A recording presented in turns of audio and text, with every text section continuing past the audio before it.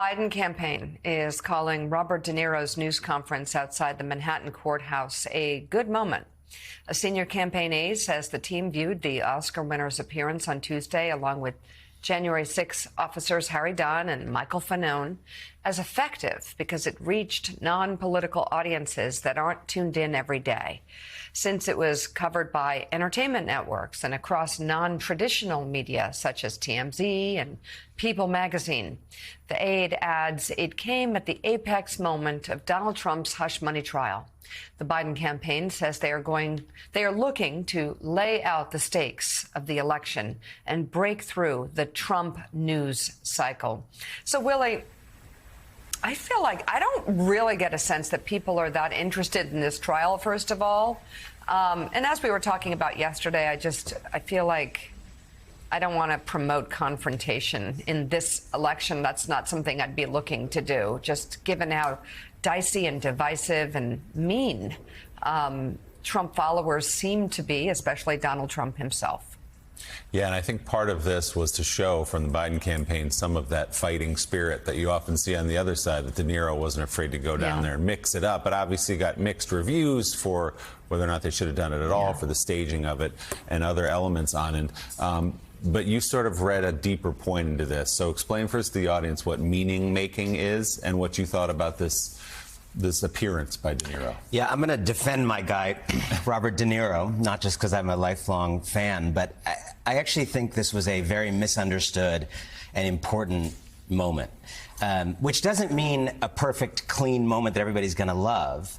It means that the Biden campaign, by putting him out there in this way, I think was finally recognizing something it's ignored, which is that you have to help voters make meaning in modern politics when we're in a fragmented media environment, fragmented attention economy, everybody's getting things from different places. Meaning doesn't make itself. A trial doesn't organize itself into a narrative in people's heads on its own. A trial could be interpreted by people as Trump is being persecuted because he's fighting for me, or a trial could be interpreted as this guy's a lifelong criminal who finally is facing accountability. That does not happen. If you talk to political psychologists, that doesn't happen on its own, right? And what authoritarian leaders like Trump, but frankly around the world, have become very good at is understanding their meaning-making role prior to asking for your vote. First, they almost play the role of the news media first. They help you array experience. They help you organize facts, the stimuli of life. They help you organize it into a story. These people are doing this to you. This other is doing this to you. And then, as a second stage, they say, vote for me and I'll solve that. What pro-democracy leaders are doing, including the president, but around the world you see this, is they just kind of ask for your vote. And they kind of have this faith that if they do the right thing, pass the right policies, do the right solar credits, or build the right bridges, you will feel it, and it's not true. All of us are in this business because actually putting stories around things, framing things, is actually very important. And this moment to me was the Biden campaign doing something a little different, which you may like or may not like, but putting meaning around this story and helping educate people about what this trial means for this campaign. And what's interesting, Joe, is if you listen to actually the substance of what De Niro said, he wasn't talking about the trial in the courthouse behind him. He was talking about the man and what would happen if he were reelected. Right. Yeah, and I will say, Mike Barnicle, as Molly Jong-Fast said yesterday, the knock against Democrats through the years is that they're afraid of their own shadows. They don't take chances. Whether you liked this or not, it was a Democratic presidential campaign saying, screw it, we're going to go down, we're going to get in the scrum, we're going to fight, we're going to take a fighter down there, somebody that's not going to shrink, and we're going to break through. And as Anand said, they did break through. They broke through on non-traditional news networks and programs, which is exactly where they need to go, because people that are watching news programs, for the most part, know how they're voting in the fall. Yeah, and look at it this way, Joe. Campaigns are like movies, to play on Robert De Niro's appearance, okay? Campaigns are like movies. If you watch the Donald Trump movie, it's an entertaining spectacle. He has a story. He's an actor. He stands in front of crowds. He makes them laugh. He makes them think. He makes them angry. He's a joke. but he's very, very good at what he does. If you watch the Democratic campaign, there's no plot to the story they're telling other than what Anand just said: vote for me.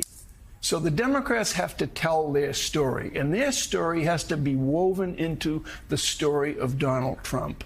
You create a bad guy, a villain, and you tell the story of the villain, and you tell the story of the rescue that's going to come at the end of this movie that we're talking about here. And the end of the story in the movie is Election Day. That's right. And when it is actually, you know, if it was 2008 or 2004, maybe it's a different story. But when it is literally a guy who has said he wants to be a dictator on day one versus a pro-democracy leader, if you can't spin that into a story, then there's something wrong. And Joe said this half sentence of a thing that I think is so important, actually, which is being afraid of your own shadow. I would put it this way. I think American democracy is at risk because of the Democratic Party's risk aversion. There is a real risk aversion that is the dominant culture of the party, just not wanting to do weird stuff, not wanting to do stuff like this, not wanting to get a little bit messy, not wanting to do things that are going to, you know, alienate a third of people. And I actually think risk aversion here, these are folks I talk to, you talk to. This is something I know they are struggling with on the inside. There are many, often younger people in these spaces who want to do things that they're not being allowed to do. And I would just say, if you are running against fascism in 2024, maybe a little less caution, a little more boldness, try some stuff. Yeah. Huh. And David French, I don't disagree. I know you felt the same way I did back when we would watch presidential races between Democrats and Republicans growing up. So often the Democrats were afraid of their own shadow.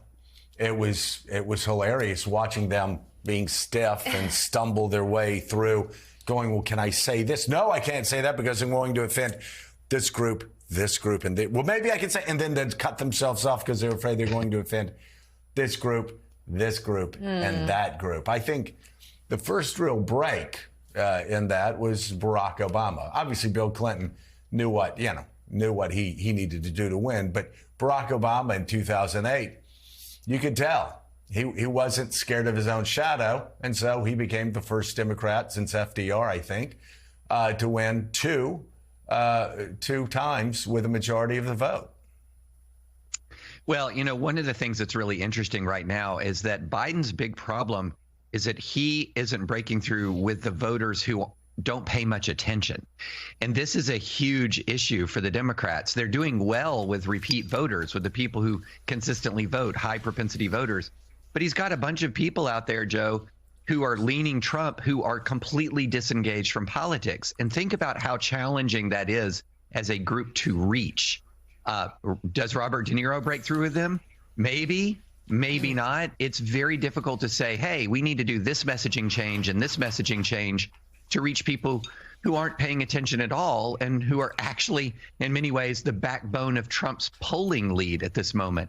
And so I totally agree with the idea that you cannot run a timid campaign when you actually have to break through into the lives of people who are disengaged from politics, who don't pay any attention. And so how to do that, that's above my pay grade, but there's absolutely a need to break through with people who aren't paying attention.